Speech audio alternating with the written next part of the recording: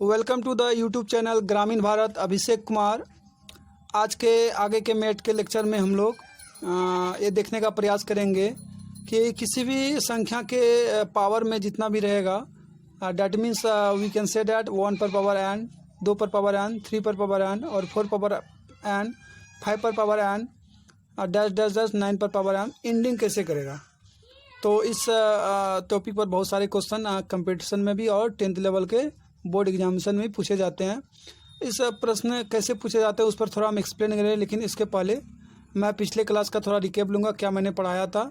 अगर आप वो वीडियो नहीं देखे तो आप प्ले लिस्ट में जाके देख सकते हैं। जैसे कि मैंने यूक्लिड डिवीजन से कैसे एचसीएम निकलता है उसको बताया था। उसके बाद बताया था कि इंटीजर का वेरियस फॉर्म कैसे लिखा जाता है, जैसे कि 2q, 5q + 1 एक्सेट्रा। इस टॉपिक को समझने के लिए डैट इज यहाँ मेंशन क्या हुआ, ending number of the dash dash dash dash dash. जैसे कि आप देख पा रहे हैं, इस बात का क्या मतलब है। फॉर एग्जांपल मेरे पास कभी कल क्वेश्चन आ जाता है 6n नेवर एंडिंग विथ 0।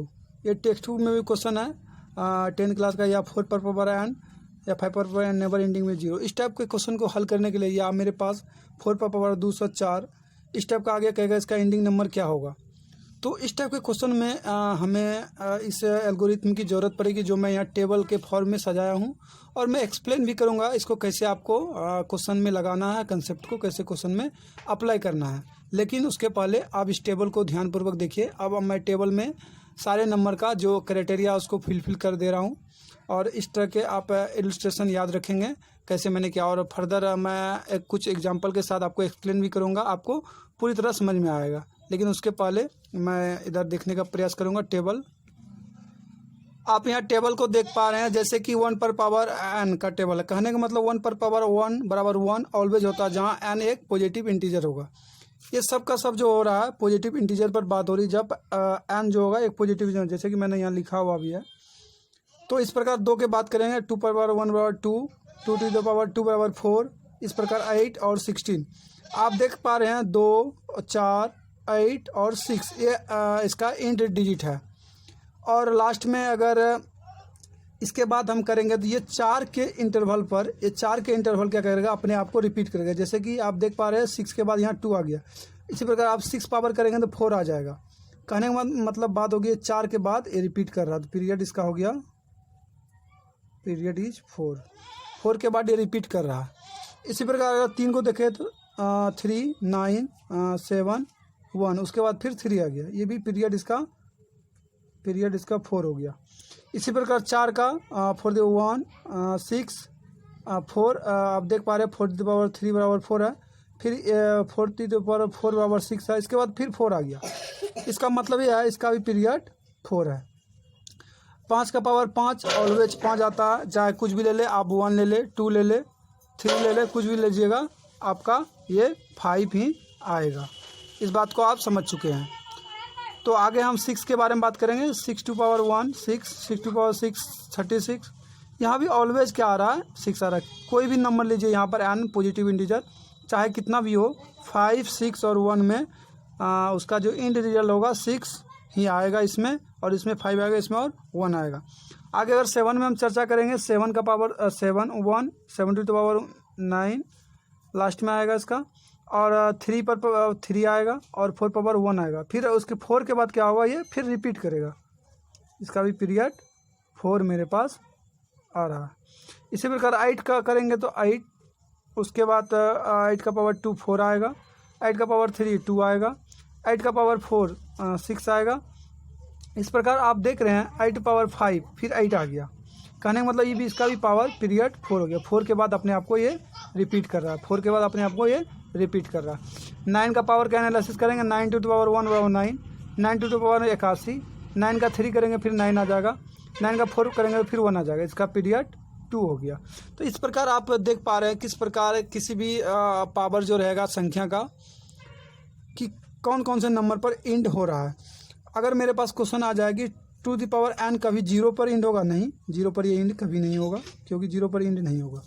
3 पर पावर ये नहीं होगा, 0 पर इंड नहीं होगा। ये भी 0 पर इंड नहीं होगा, ये भी 0 पर इंड नहीं होगा, ये भी 0 पर इंड नहीं होगा, ये भी 0 पर इंड नहीं होगा, ये भी 0 पर इंड नहीं होगा।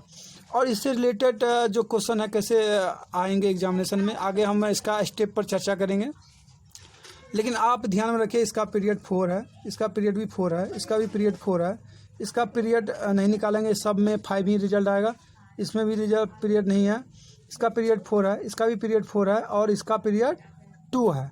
तो कहने का मतलब ये है कि इस पीरियड से हम लोग डिवाइड करेंगे। फॉर एग्जांपल मेरे पास अगर क्वेश्चन आ गया 4⁻101 किस चीज़ पर एंडिंग करेगा, सबसे हम पीरियड से इसके डिवाइड करेंगे। इसको पीरियड से डिवाइड करने के बाद हम पाएंगे कि इसके लास्ट में 1 बच रहा है। तो 1 कहने का मतलब 5⁻1 इसको हम लिख सकते हैं। और 1 का क्या है मेरे पास 4, तो इसका आंसर हो जाएगा 4 एंड पॉइंट।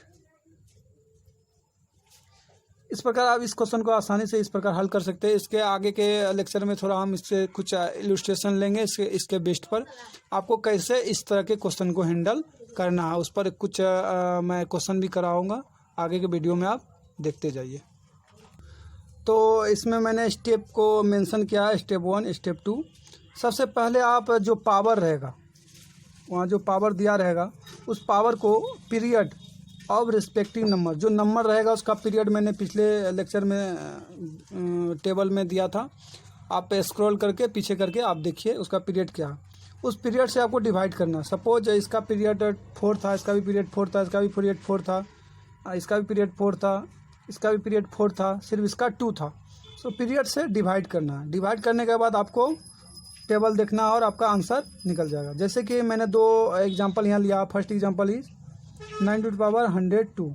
सबसे पहले इस पावर है, पावर को हम 4 से डिवाइड करेंगे। अगर इसको हम 4 से डिवाइड करेंगे तो मेरे पास रिमाइंडर आ जाएगा 2 रिमाइंडर। आप ऐसे कर सकते हैं आसानी से। When we divide 102 by 4 then 2 will be the reminder.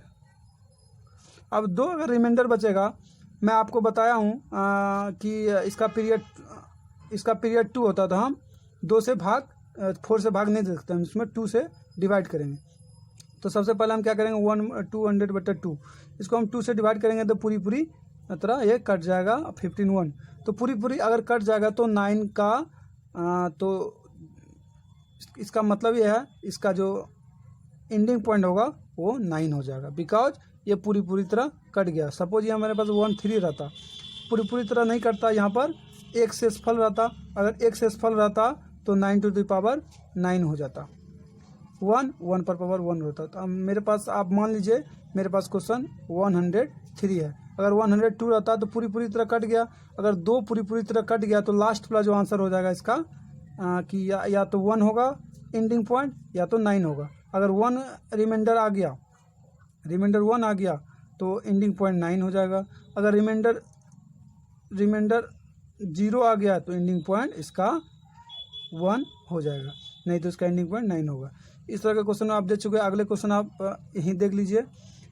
3 to power क्या है 502। अगर आप इसको 4 से डिवाइड करेंगे, 4 से आप इसको डिवाइड करेंगे 5 to 5 को, आपके पास जो रिमाइंडर के आएगा यहाँ पर 1 आएगा। अगर इस 1 रिमाइंडर आएगा, कहने का मतलब इसका जो एंडिंग पॉइंट होगा एंडिंग डिजिट विल भी इसका 3 हो जाएगा, बिकॉज 3 पर पावर 1 इज 3। कहने का मतलब 3 पर 1 दैट इज 3। तो इस प्रकार आप इस तरह के क्वेश्चन को इजीली सॉल्व कर सकते। लेकिन आपको स्टेप क्या फॉलो करना है, divide power bye period of respective number. जो नंबर रहेगा उसका पीरियड से डिवाइड करना है। सी योर टेबल, जो टेबल मैंने पिछले लिखाया, टेबल देखना है। उसके बाद गेट योर आंसर। रिमाइंडर का पावर पे कितना नंबर पे टेबल आ रहा है और सबका पीरियड आपको पता है 4 होता है। तो इसके बाद हम ये देखने का प्रयास करेंगे कोई भी नंबर 0 पर एंड कब करता है। आगे के टॉपिक में हम ये डिस्कस करने वाले हैं condition of A number ending with 0।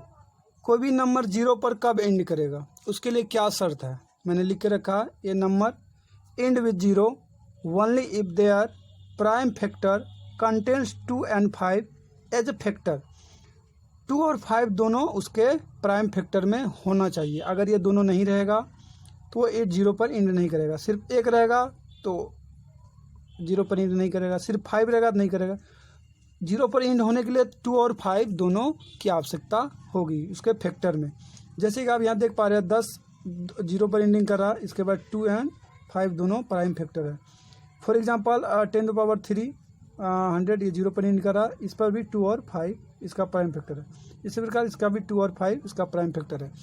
तो किसी संख्या को चेक हम ऐसे करेंगे कि ये कब 0 पर इंड करेगा। हम उसके प्राइम फैक्टर को देखेंगे।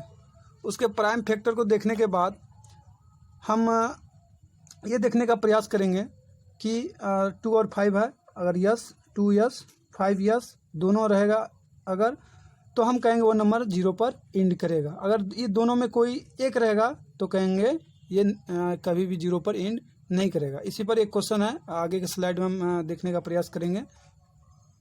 क्वेश्चन ये है मेरे पास, क्या 4 पर पावर n, 6 पर पावर n, 8 पर पावर n, 9 पर power n can end with 0?